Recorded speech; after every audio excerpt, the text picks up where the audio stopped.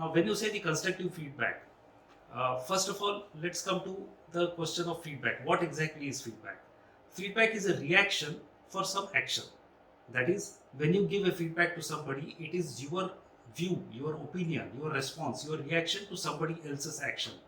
And similarly, when somebody gives you a feedback, it is vice versa. Now, the feedback is very important because feedback completes the communication process. Without feedback, the communication process is actually incomplete because you might convey some of the best things in the world, but if they are not received properly and if you do not get a feedback to say that yes, they have been received properly, then that communication has no value or no meaning.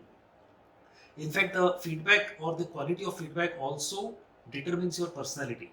There is a recent study which says that it's a good kind of a study which says that positive strokes and negative strokes. A person, I mean, they can, the study says that by finding out, by knowing how many positive strokes and negative strokes in a day you give to yourself and to others, will reflect a lot about your personality.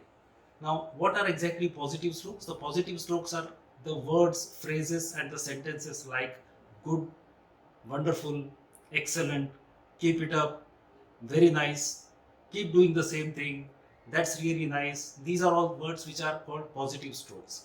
And the words like this is wrong, that is not correct, you have done a mistake, never do it again, you shouldn't have done this, these are all called negative strokes. So, how many times in a day you give positive strokes and negative strokes to yourself and to others will reflect a lot about your personality. Now, there is no any standard formula kind of thing to say how many strokes you should give to yourself and others. By a general logic, if you give more positive and negative strokes to others, then you are an extrovert. And if you are giving it more to yourself, then you are an introvert. That's by logic. And roughly we can say that 80-20 would be the ideal kind of scenario, though there is not, nothing is written as such. So 80 positive and 20 negative. Now, why 20 negative? The reason is very simple. Sorry. The reason is very simple that you cannot have 100% positive strokes to yourself or to others. Because if you do that, then you are living in a false world. You are living in a utopia, which is imaginary world. It's like it's not real. Because world is not perfect. You have to live in this world, which is imperfect world. We are all living in this imperfect world, trying to make it perfect by our contributions. So, you have to give positive strokes to encourage what is good, what is good is happening now, and you have to also give negative strokes to make people realize and yourself realize what is not happening as per the plan, what is not actually happening as per the design. So negative strokes are also important. If you give 100% negative to yourself and others, then you are a pessimistic person. That means you don't have the eye to see the good things that are happening in the world. So the mix of positive and negative strokes that you give to yourself and others will reflect a lot on your personality, and that's a part of the feedback as well. So let us go today to the subject now. What are the objectives of constructive feedback? Why do we really need a constructive feedback or a feedback at all, first in the first place? So the constructive feedback is required when something is not correct. When something is not happening as per the plan, then you need to intervene and give this kind of input to the team or whoever. We will come to the later, the stakeholders where the feedback is relevant and it is involved. But the fact is that whenever there is something is not correct, then a constructive feedback is required. When you want to the things to improve, when you have a genuine desire that something should improve, that is the time when you give a constructive feedback. Otherwise, if you don't care, then you don't care. Then you don't give the feedback. Or the third is when you are qualified to give the constructive feedback, you give it in that time. For example, if there is a problem in the electrical panel and electrical team, the electrical technician, electrician and the electrical engineer are working, and if his colleague, mechanical engineer goes and says, no, check that fuse or check that wire, it is whether it is loose, that would be uncalled for. That is not correct because he is not qualified to give that constructive feedback. His feedback might be good, but he is not the right person to give that because it is assumed that the team on the ground who is working on the panel have already done that particular step. So you should, before you give a constructive feedback, you have to ensure and check whether you are qualified to give such a feedback. The next is when the listener can implement actions based on the feedback. Like you give a feedback when the listener is in a position to act on that. Otherwise, it's of no use, right? It's like a waste. It's like a gossip. Otherwise, the next is when the feedback is actionable. Like you have to give a feedback which can be implemented. If it is not, then it's all like unrealistic. Then it's a myth then you're just living like a fantasy. You're living in a world of fantasy kind of thing. Now, the situations which are requiring constructive feedback. Now, the situations is, one is providing specific performance pointers, like when you want to say something specifically about one performance or one particular act or one kind of somewhere one incident where something has gone not exactly as per the schedule. That is the time when you give a constructive feedback. The next is when giving corrective guidance, when you want to correct the team on the ground to say, okay, you do this 1, 2, 3 rather than doing 3, 4, 5. That is the time when you give a constructive feedback. Letting someone know the consequences of their behavior. This is very important. Many times people out of habit or out of their past experience, they do certain things which are not good, but they do not know it. And that is the time when you have to intervene and you have to give a constructive feedback. One example I can say, because I know this is all, every team is here which is in facilities management, so you can relate to the example. For example, if there are technicians of all types, you have to respect everyone. Everyone has got his own skills, his own strengths, his own weaknesses. There are some technicians, they have a bad habit that when they complete the work, whether it's a ceiling fan or a light or anything, they just leave the place after the job is completed. They test whether things are all correct and they leave. Now there is some, some small, the dirt particles and the dust and the waste material that is all lying on the floor. It doesn't leave a good taste. I mean, that's not a very good behavior. So they don't know the consequences. The problem is that the technician on the ground feels that his job is done. The thing was not working, he has fixed it. So he can leave. That is the time when the line manager, the supervisor, they have to intervene and give a constructive feedback. Now there is no point in telling you are not done correctly or you are bad or you are wrong something, but to make him understand the consequences of his behavior. That is when you let him know that yes, you have done your job correct, but when you leave, if you are leaving the place dirty, the customer will not be happy. And customer happiness is important. You cannot ignore or neglect customer happiness. So you have to make aware the consequences of the person. That is the time when you have to give a constructive feedback as well. Encouraging positive behavior. When someone is doing a good job consistently, then you give a constructive feedback to say, I'm very happy about this. You have done a good job. You are doing a wonderful job. And the team, encouraging and supporting someone who is doing well. So this is helping the people and making them understand what they are doing good and letting the team members know when they have done something positive. Now this is very, very important because you come across situations. We are all realistically, I am speaking here.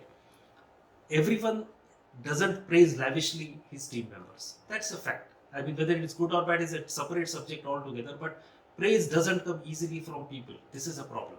So it helps the team. For example, if a team has been involved to solve a problem which has been going on for some time, and they work day in and day out, and for last say 3-4 days they work and they finish the problem. Now some words of appreciation from the management or his line manager would really make them very happy, and they wait for it. They want to just listen to the words, you have done a good job, and that will make wonders, that will make a lot of miracles. But it doesn't happen. But this is the essential requirement. When something good is happening, praise, that's it, so that it will motivate the person immensely and he will further do miracles to you at no extra cost. It doesn't cost. By the way, praise comes free. You don't require any money to praise somebody. Think about it. The next is when to give constructive feedback. Now there are certain situations or the methodology when you give a constructive feedback. First is that immediately or shortly after the incident or the action. For example, if you observe that somebody is doing not a very correct thing, it cannot be that you say that last year I observed you have done something wrong. That is not correct, because you will be lost. You have to think when it happened or what happened exactly and all that. So if you observe somebody not doing something correctly, you tell him immediately. Immediately is either on the spot or maybe within few hours or few days, not much beyond that, because it will lose its relevance. You can't say last year, last month something happened, because you don't even remember. He will be lost in that. So the importance and the relevance is at the same time. It's for positive as well as negative. Like somebody has done a good job, you don't say last year you did something good, I am happy about it now. It doesn't work like that. So you have to give it at the same time. The second is that preferably given in a closed room. Now constructive feedback, the term itself says that most of the time it is for something, correcting something, 80% of the time. So when you criticize, now there is a difference between criticism and constructive feedback, which will come in the next slides. But when you give such such feedback to people, where the intent and action is to improve them, Such activities have to be done in a closed room, not in public. When you praise somebody, praise in public. But when you criticize somebody, criticize in private, in person. Because that's what will keep the person's esteem intact and his honor also intact. That's it. The next is, by setting aside a time. You just don't, it doesn't happen. It's not good that you suddenly call somebody and say, okay, come on, I want to give you feedback now. It's not like that. You have to prepare a person to receive the feedback. That is, you have to tell that, today let us meet at 2 o'clock, tomorrow let us meet at 3 o'clock, and also state the purpose. Make him prepared and make the person know the objective of the meeting. To say that, yes, I want to give you some feedback. It is good process. I mean, it should not come like offhand, and he comes prepared for this, and it's a two-way process. It's a two-way communication. So maybe he will also like to know what has gone wrong with him, what he should do, what he should not do, or something like that. So this is the way the constructive feedback has to be given. Now let's go to how to give the constructive feedback. Now there are various theories of this. So we will go 3-4 theories are there which are established by the management philosophies all over the world. So we'll just briefly touch upon all of them. One is, don't generalize. Be descriptive and use facts. That is, you don't say that always you make mistakes. Now this is many people have the habit of generalizing. They say you never do the things right, or always there is a problem with you. These are very banal statements. They are hollow. I mean, they don't really mean anything other than the person will get more angry with you in his mind. Always try to be descriptive and use facts, because then it has a weightage. Then it has the strength of the argument goes up. Not argument, but the statements go up. So you say like yesterday I observed you did this 1, 2, 3, and incidentally last week also in another case when you have done 1, 2, 3. This makes me feel that you have got a habit of doing this, or this is what you believe, and I want you to correct because these are the consequences. So this is a way how to give a constructive feedback. So don't generalize. Don't say like always you are never like this and this is always very bad with you or something. Don't use labels of judge.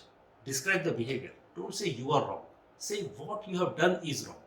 Because when you say you are wrong, the person will get hurt and he may even switch off. I mean, he will not listen to what you are telling next, ahead of that. So say what you have done is wrong, or this particular activity is wrong. As a person, he has got many good qualities. You have to respect everyone.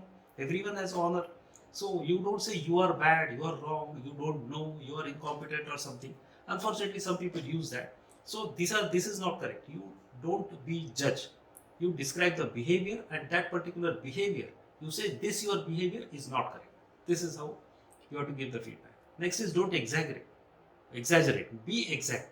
Say always you do, so many motors have burnt, so many pumps have failed, so many villas have got this problem, so many customers are unhappy with you. This is not correct. Say numbers, say 3, say 4, say 5, or whatever it is exactly. Because when you exaggerate the things, then it will lose its relevance. Then it is no more like a sensible statement. The person in front of you may keep quiet because you are higher in the organization, in the hierarchy, and he has no option but to listen to you.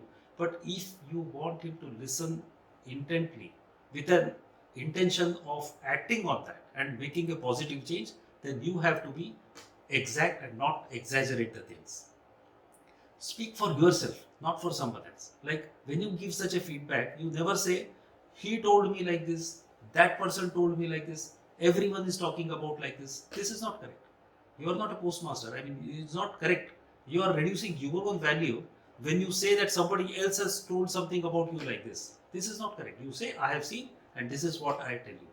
So this is what you have to speak for yourself and not for someone else. Be sure about what you say. Now you need to be very clear. It is not just you don't like a person and to call him into a room and say, I am not happy with you or you are not doing good. This is not fair. So you have to be very clear about what exactly you are going to say. Some people have the habit, they just they don't like a person, so they say you are bad. And if he shows the courage to say, okay, tell me, explain me why I am bad, they have nothing to say further because they don't like him. That's not correct. That's not the way a constructive feedback is given. Now, there is another model called BEC model. Now, the BEC model is, behavior. Now, first B stands for behavior. When the behavior is set the context and describe the behavior. As we just now said, that you call for a meeting, say the agenda, and describe the behavior that you have done this particular activity which is not correct. So don't say you are not correct or something. Second is evidence. Provide specific examples. E stands for evidence. Where you say, like in the last 3 complaints that you have solved, this has gone wrong here, this has gone wrong here, and this has gone wrong here. So this makes me believe that this is a problem and you need to sort out it or you need to correct it. The consequence, C stands for consequence, which is the discuss the impact of the action and the behavior. That is, many times people don't correct themselves because they are not aware of the consequences of their action. Now this is a problem. Once you make them aware that what you are doing is in good intention, this is what you know about it, that's it, but then you don't know the consequences. So many times a constructive feedback will be very effective when you let the other person know the consequences of his actions. So when he knows that okay, this is what, and he may not be aware of that, and then he is very likely that he will change his behavior, because by design nobody is bad. Nobody wants to spoil his own reputation, his own image, or be incompetent. Everyone wants to improve. The only thing is you need to give a helping hand for the person to come up, to rise. And this is the role of all the supervisory and the managerial staff. The action. So once you discuss the behavior, evidence and the consequences, then you have to discuss the actions for development. Then you discuss with him to say, okay, how you propose to improve on these points. These are the specific areas. So these are the consequences of that. And now let us talk how we are going to, what are the actions you are going to take on that. And lastly, and very importantly, summarize the action plan. That means before you leave the meeting or before the meeting is ended, the interaction is over, you summarize with him to say, okay, both of us agree. If you have any problem, tell me right now. It's not that I tell you something, then you go and then tomorrow you say, sorry, I don't agree with this or something. Agree with him to say that yes, you agree or not. And make him agree on that and make an action plan and summarize the action plan so that both are on the same page of what actions are to be taken. Next, there is one more general criteria called 7 criteria for the constructive feedback. And this criteria says, okay, the feedback provider is credible in the eyes of the feedback recipient. Now, this is very important. You can't give a feedback to somebody, who doesn't really hold you in high esteem. The feedback provider has to be credible. I mean, here you have to have your own credibility before you give feedback to others. Otherwise, they will not. They will simply listen to you, outwardly, but internally they are switched off. They will not really listen to you. The second is the feedback provider is trusted by the feedback recipient. The people should trust you. When you give a constructive feedback, people should also trust you that yes, I trust him. What he says makes sense. Then only they will listen to you. The feedback is conveyed with good intentions. Your intentions also have to be clear, not just your actions. Because your intentions, and that comes with reputation, that comes with image. So your intentions are to be established when you give a constructive feedback, that they are good intentions, and then it will be more effective.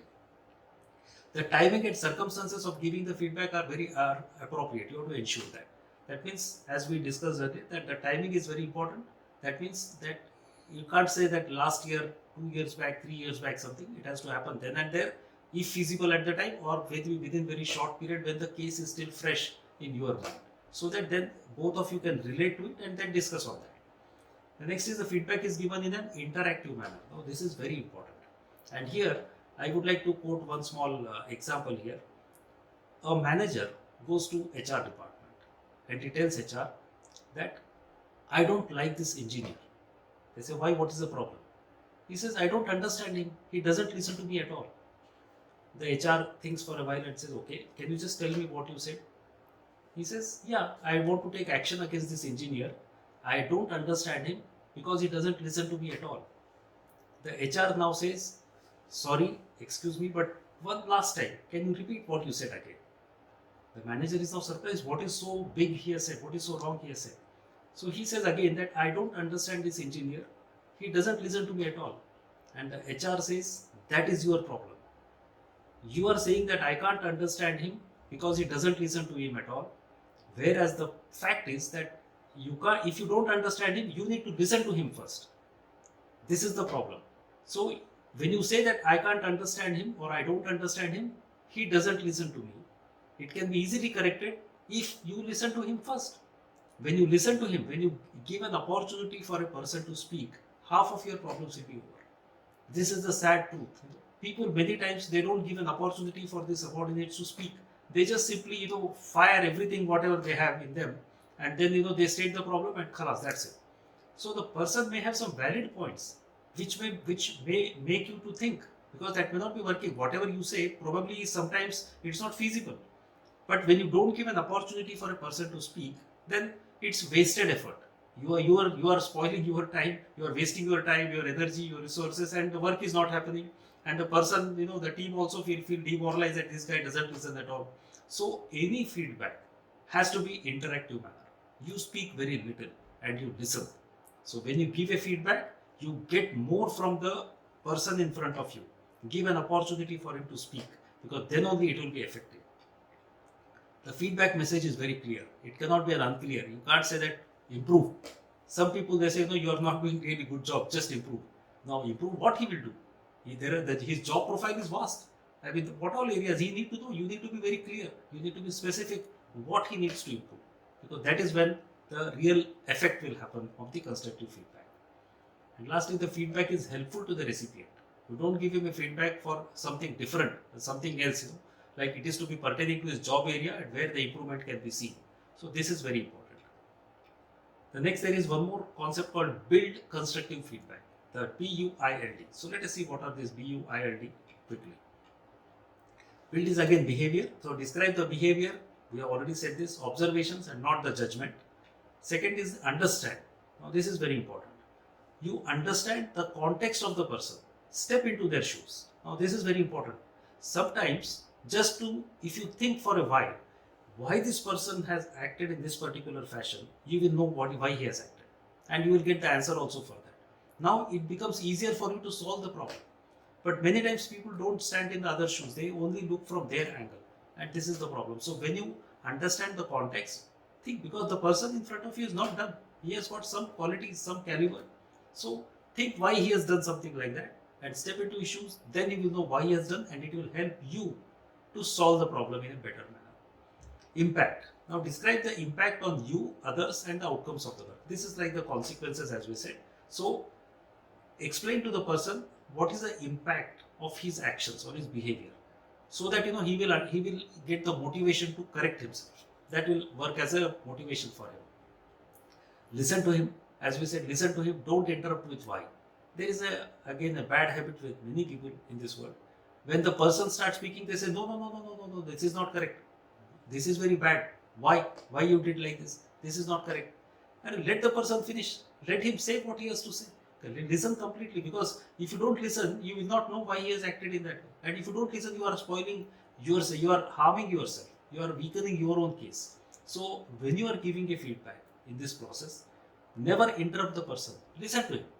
Listen to him and don't interrupt by asking question why, who, when, why, unnecessarily, this is not correct, no, these kind of things. No. And do differently. That is, ask what you might do differently. It's a dialogue, it's not a one-way process. Because many times, creative ideas come from the people on the ground, and they do not come from the managers sitting in the cabins. Because they are people working with hands on the ground. They know what is what. So never ignore their strengths and their ideas and their opinions. It works with both collaboration of the theoretical knowledge of the managerial staff and the practical knowledge of the workmen on the ground. Together they can make an excellent team. But if the managerial team starts thinking that these people don't know anything, then they are losing, they are wasting the resources, kind of thing. So discuss with the person that what he might do differently, and he might come with an excellent idea after knowing the context, the consequences, and the need for change. Then he might come with a better solution which even you may not be aware of. So it's a dialogue. Next is constructive versus destructive feedback. Now when we talk so much about constructive, let's compare what is the constructive feedback, what is the destructive feedback. So the first point, constructive is given with a compassionate and helpful attitude. A constructive feedback is given when you want really genuinely to help someone. A destructive feedback is given with an intention to insult or harm someone. These are the examples, as we said already. You say, no, you don't know, you are wrong, you always make this mistake. These kind of things, they are called destructive feedback, because it doesn't help anyone. It neither helps you nor the person. He will remain as it is, you will remain where you are. This organization suffers in this case. Whereas a constructive feedback is given with a compassionate and a helpful attitude to help the person. The second is intention in the constructive feedback is to help or improve his work. That is the objective, right? That is a rightful objective of any person, across all the levels in an organization, is that to help to improve his work. And the destructive ways, his intention is to hurt or embarrass a person. Just make the situation, embarrass him or hurt him to say you are bad, you don't know, and that's it. So this is the destructive feedback example. The constructive feedback focuses on work. It says what exactly is wrong. Whereas the destructive feedback focuses on the person. It says you are wrong. Constructive says what you have done is wrong. Whereas the destructive feedback says you are wrong.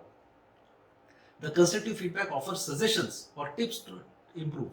Whereas the destructive feedback doesn't offer any suggestions or tips to improve. It says, no, you don't know. Khalas. I mean, you really are incapable of doing this. Then what he will do? Who is going to suffer with this?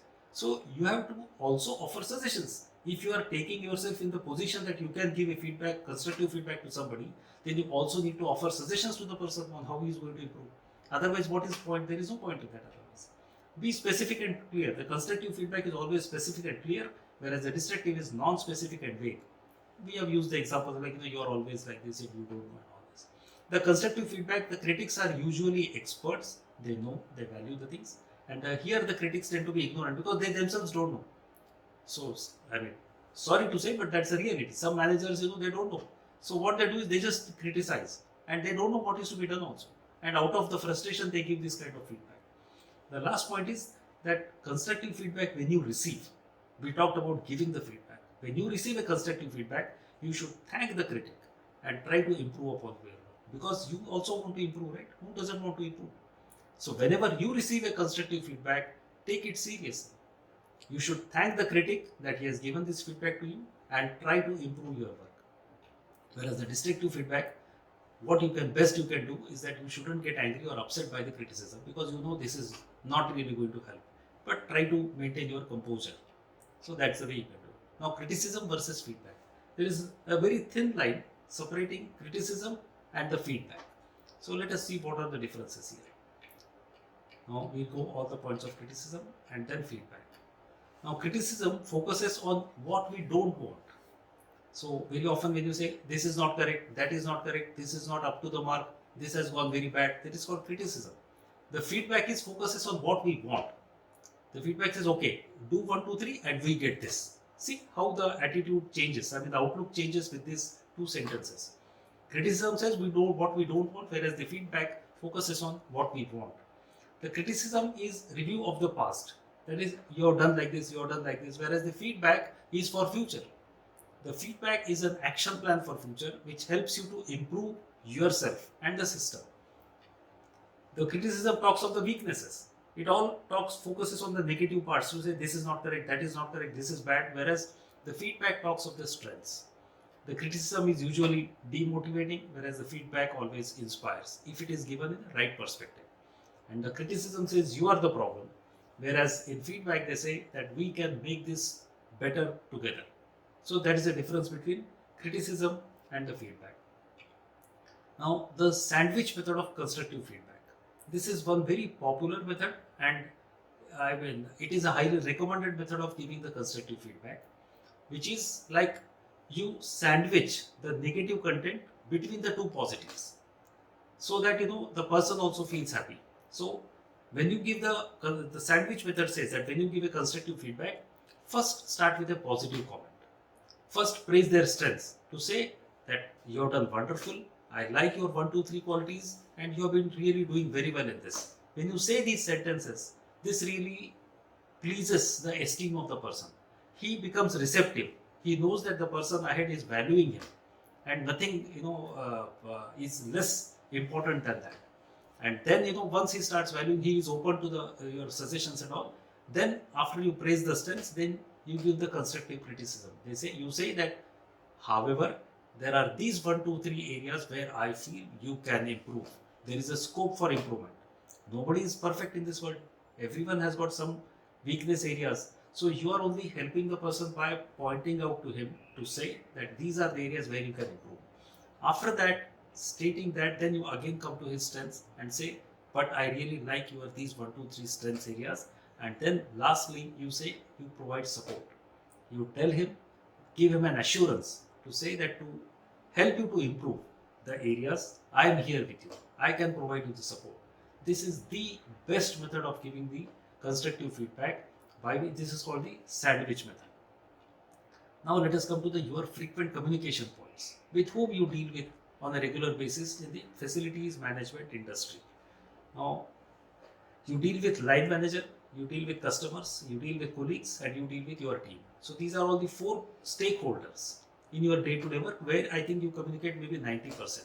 There could be somebody else also, or 80%, maybe because vendors and other people also will be there. But these are the major things. Now, line manager, you can't give a constructive feedback. You receive constructive feedback from the line manager. You can't tell your boss, I suggest you do something different because that will be, not taken in a right perspective. However, how to give a constructive feedback to your boss, that comes in the next slide. And then customers are one more thing where it is very difficult to give constructive feedback. Like, you can't tell them to change, they will never change. You don't have a right to ask them to change. Customer is always right. But how to give a constructive feedback, that comes ahead. So these are the 4 stakeholders. The biggest constructive feedback you can give among these 4 stakeholders is to your team, because they are under you, they report to you, and they form a part of you. Their success will determine your success. You can't succeed when your team fails, and the vice versa. So your team is your extended arms. You are the captain of your team. So you need to ensure that your team performs to their best abilities for you to be successful. Otherwise, you cannot be successful. So in the next slide that we see, the constructive feedback will be maximum applicable or important to your team first. Second comes your colleagues, because colleagues are your peers. I mean, at the equal level in your organization. Sometimes you need to give some feedback to them also. The next is the line manager, and then the customer. So let us see one by one. Okay, constructive feedback to the line manager. Now, usually you receive the constructive feedback from your line manager. It is not, you can't give feedback to him. It is not correct, and very unlikely that he will take it in the right spirit, because he has got his own strengths. There are people sitting above him to give him the constructive feedback, definitely not you. So, however, feedback is not only in the oral or the written form. So when you can give a constructive feedback to him, it need not be always to say, like giving an instruction or something like written or oral, but it is also your behavior and your action. Now, what it means is that whenever your line manager gives you a constructive feedback, make a list of start, stop, and continue. This is a very important practice, or a good kind of a system or a process. Now, whenever your manager gives you a feedback, take his feedback and divide them into 3 categories. Certain things you need to start doing, whatever from his statements, whatever his feedback. You are not doing right now something that you need to start doing.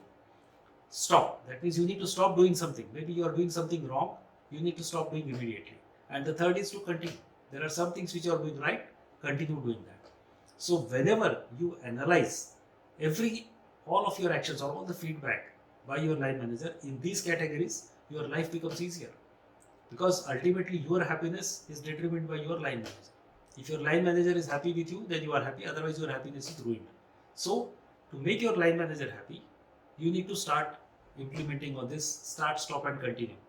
Know what he wants you to start, know what he wants you to stop, and know what he wants you to continue. That will make your life far easier. And report periodically all good, bad, and neutral news. This is one thing.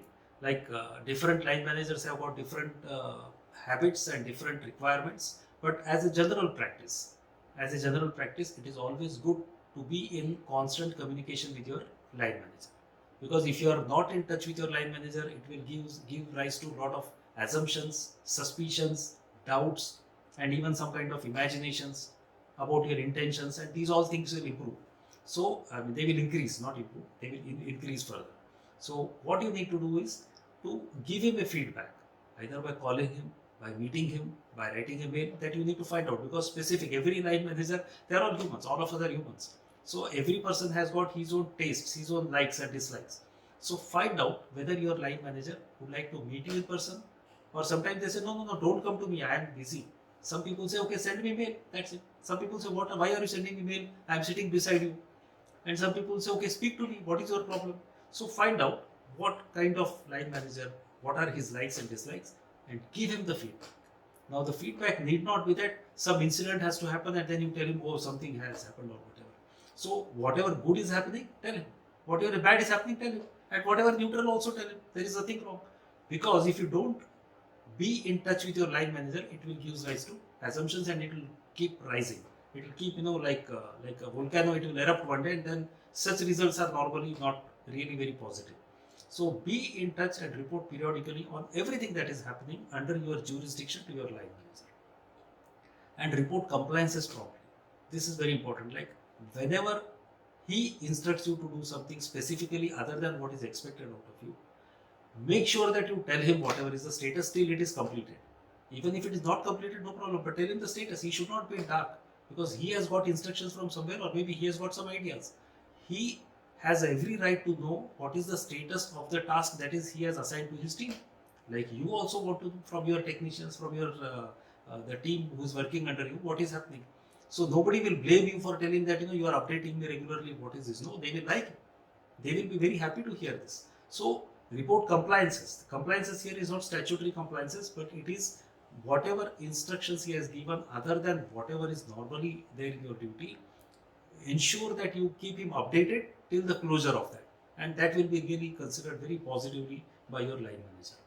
Now let us talk about the constructive feedback to your colleagues. Now here when I say colleagues means like the supervisors at equal level, or the engineers at level, or managers and all that. So here sometimes it happens that you don't like the actions of your colleague. Like now he doesn't report to you, you don't report to him. So you can't really dictate over to him, or you can't instruct him. And neither he is bound to listen to you also. So in such cases, what you do is that express your concern, explain to him what is your problem, rather than blaming him to say you are doing this and this because this is causing me a problem. So say that you are doing something fine, that's okay, but this is affecting me. This is my concern. Let us address it.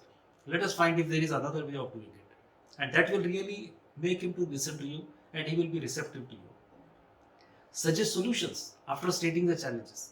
Like when you have a problem, when you say this is my problem, not just that you leave it. You say that okay, I feel, you decide, but I feel that this can be done better in 1, 2, 3 way. But however you can think, you are the better judge because it's in his area. He has every right to determine and decide the way he wants to go ahead on this. Offer help and assistance to improve the situation. If you really want something to change, then you also need to be willing to change that. You need to also offer help and assistance to say that okay, this is what I feel, but whatever you are coming out, and if something I can be useful to you, I will be more than willing to do that. Remember these words. These are magical words. When you tell your colleague that I am here to help and assist you whenever you face a problem, and he will give his life to you, because such colleagues, nowadays they are probably lesser in numbers. So make this, say this, and observe the change. You will feel the change, experience the change. Quote your source of information. When you express some concern to him, whatever, he should not feel that it's your imagination. He should not feel that you are assuming the things. But you say, I got this information from this report, or say from this particular service request, or this is what I am observing. And so that it gets validity, it gets credibility. And then talk with specific examples to explain the point. Don't talk in general like, you are always doing this and this is causing me a problem. This is the least important statement anybody can take it seriously. Now, constructive feedback to your team. This is very important. And then it says, okay, sandwich method we already discussed. So, very effective. Start with positives. Every person will have some positives. You can't find a person who has only negative traits in this world. Every person will have some positive or other. You can't find a person with only negative traits. So find out what is positive. Tell him his strength. Tell him his positive. So that he becomes more receptive and then more open to you, whatever you are going to say. And that will help him. And then tell him the areas for improvement, and then close it again by assuring support for helping him to improve. The next is give feedback in person. As we said, never criticize somebody in public. People don't like it. Anybody will not like it. It's not correct for you to harm somebody's self-esteem. Call a person into a meeting room by properly telling him in advance, and then give the feedback in person. If you want to praise him him in public. That's always good. Say in front of 10 people that you have done a wonderful job, I'm very happy about this. And that person will be very happy. But you never say in front of 10 people that you have done this mistake and I'm very unhappy with this. This doesn't speak good about you. For him, whatever is a different case, but for you, it is a very weak point if you do this. And state clearly the start, stop and continue. We already discussed this particular point. And then summarize the discussion. After the saying everything whatever you have to say, then you summarize the discussion completely and decide a date on the follow-up meeting. Now this is very important. Many times what happens is you discuss, you summarize, you draw up action plan, but then you forget after that. And then it's a problem. Then it's an open-ended thing. It doesn't really mean anything. So have a date. Decide a date then and there to say maybe it can be after 1 month, after 1 week, after 1 fortnight, 10 days. But decide to say, okay, we shall meet on this day to find what is happening. There could be some, give and take from both sides to say, okay, what is working, what is not working. Should we restructure our plan or something like that? So that can happen. Now this is my last slide, constructive feedback to the customers, and then I am closing this. This is very difficult and very important. Incidentally, this is the actually subject of today's topic, constructive feedback to the customers. But you can't really, you don't have any much points in this because customers are always right.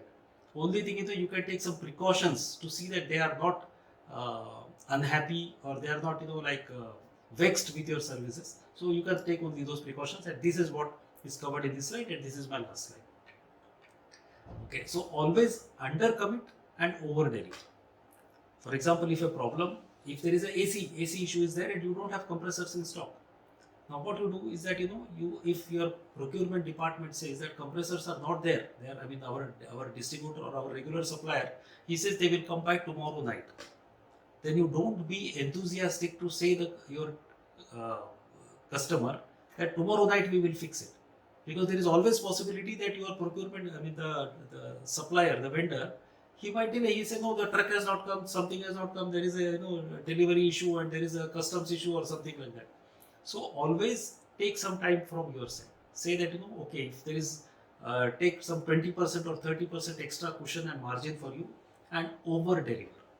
When you over deliver, people will be always happy. Remember this thing. So if he says, it will be done tomorrow night, say the customer that we are very sorry. These are the standard statements. Say, I am very sorry for this, I apologize for this problem.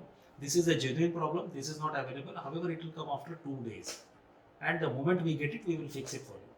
And then, instead of 2 days, after 1.5 days, when you approach the customer, say that, with our consistent follow-up, we got this earlier and this is what, the customer will be happy because he has already tuned to see that the thing will be resolved only in 2 days or 3 days time. And if it is happening half a day earlier or 1 day earlier, he will be very happy. So always as a general practice, under commit and then over deliver. This is a sure short way of getting happiness from the customers. Keep communication ongoing till the complaint resolution. These are all the form of constructive feedback to the customers. Like when if a problem is there which can be solved in say next 5 days, like the waterproofing in the washrooms and these areas, or some works which require 4 or 5 days or something, or if a work is starting after 1 week. Now just don't leave the customer and say that okay, after 1 week we will come, because sometimes he may feel nothing is happening, no action is happening, and it may sometimes happen that you people have forgotten also about it. Some team might forget about it. So better to give the customer a call in between, periodically, maybe after 2-3 days, maybe after 5 days, based on what time you are starting or doing. If something is happening on the roof, for which he is impacted, then keep him updating that today we have done this job, and maybe by another 2 days or 3 days it will be over. This will make him happy. So communication with the customer is very important. If you keep communicating, he will stop going to the escalation level. If you stop communicating, then he will definitely raise to your MD, your CEO and other, and all hell will break loose at that time. So don't allow him to go to either media or your management. And the only way you can do it is by keeping communication alive with him, always. So keep communicating till the complaint is resolved. Apprise the support teams about the priority assistance required. Now this is very important. Like, for example, if there is a VIP customer. Now VIP customer, everyone knows, I don't have to further describe him. Now the VIP customer, when he wants something, tell your procurement department. Now procurement department, they have their own priorities. They need not be, dictated by your priorities unless even you tell them. If you don't tell them, they will like, okay, I have got say 20,000 items I'm having in my store. I am asking regularly, I am getting and replenishing my supplies. So this is also one of it. So they will not give that importance. So whenever such things are there, tell the finance team if there is a commercial issue involved of some bill payment or invoice or money, or if there is a material required, the procurement department, tell them that this is a VIP customer, this is a case, and please help us, please assist me in this, because this is covering the whole organization. It is not just you, because when he escalates, everyone will be in trouble. So your support departments are procurement, majorly your vendors, your sub-vendors, because they provide some services to you. So whenever such sensitive issues are there, VIP customers or big issue where the customer is likely to escalate, you can avoid it by, or you can accelerate the process by giving the importance information about it to your support teams, who might otherwise do it in a normal process. They might say, okay, this is like a routine thing. So you will be blamed if you don't really highlight the importance of this particular point to your support teams. The next is seek market department's help in severe cases. Now this is extreme case. I don't have to say, but this is again like a presentation is there. So what you do is that if a customer is almost like about to get angry, he is about to get explode. At that time, get your marketing department into this, because they are experts in pacifying the customers, the Marcom department as they call it. So what they do, they will go with a box of chocolates or a box of some flowers, a bouquet, or some gift kind of small thing for him. And they will go and personally meet him and say that we apologize for whatever is happening, and as a compensation, or just to communicate to you that we are working on this and this will be resolved very soon. So we wanted to just communicate personally to you this, and this will work wonders. So whenever you feel that now the matter is going beyond your hands, and then it is likely to escalate to media or your senior management, one step before that, get your Marcom department. It doesn't cost much, maybe 50 dirhams, 100 dirhams, one box of chocolates. For company, it's okay. For us, maybe it may matter to you, the people on the ground. But for company, it doesn't matter. So, get that gift and, make them go there, and they will be, it works most of the time. So that's one attempt you can make it. And when doing a temporary fix, make them aware. This is also very important, which many people don't do it, the operating team on the ground. Like, for example, an AC is not working, or some plumbing issue is there, and you fix it. And very well, the people on the ground, they know that this is a temporary fix, till you get something different, and they don't tell the customer. And then when it fails again, this time the guy will call to the senior management or escalate, will say repeatedly happening, and it will get distorted. The message gets distorted. Sometimes the senior management even doesn't call you. They don't call you to get your explanation. They will form their opinions. So whenever you are doing any temporary fix, anytime, anywhere, make him aware to say that this is a temporary fix. It is expected to last for these many days, and we will come again to make a permanent fix. This will help to avoid any further escalations when it is going to fail again. So this was the last point of the customer's constructive feedback. Thank you very much for patiently listening to this, and if any questions, I am ready to take them now.